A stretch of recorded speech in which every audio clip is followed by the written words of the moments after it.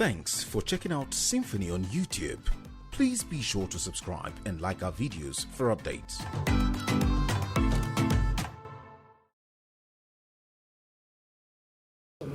We, the Igbos, do reaffirm our commitment to one united Nigeria under a platform of justice, equality of rights, fairness, love, and respect for one another.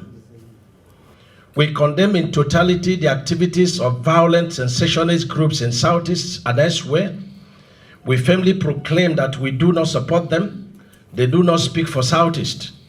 The impression that Southeast leaders are silent over some of our youth agitation for secession is not correct.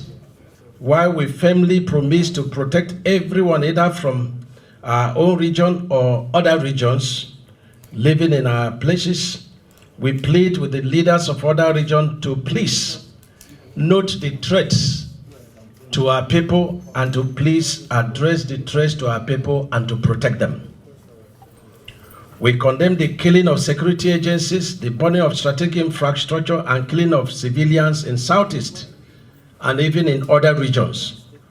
We request our security agencies to please discharge their duties within the rules of engagement and the law.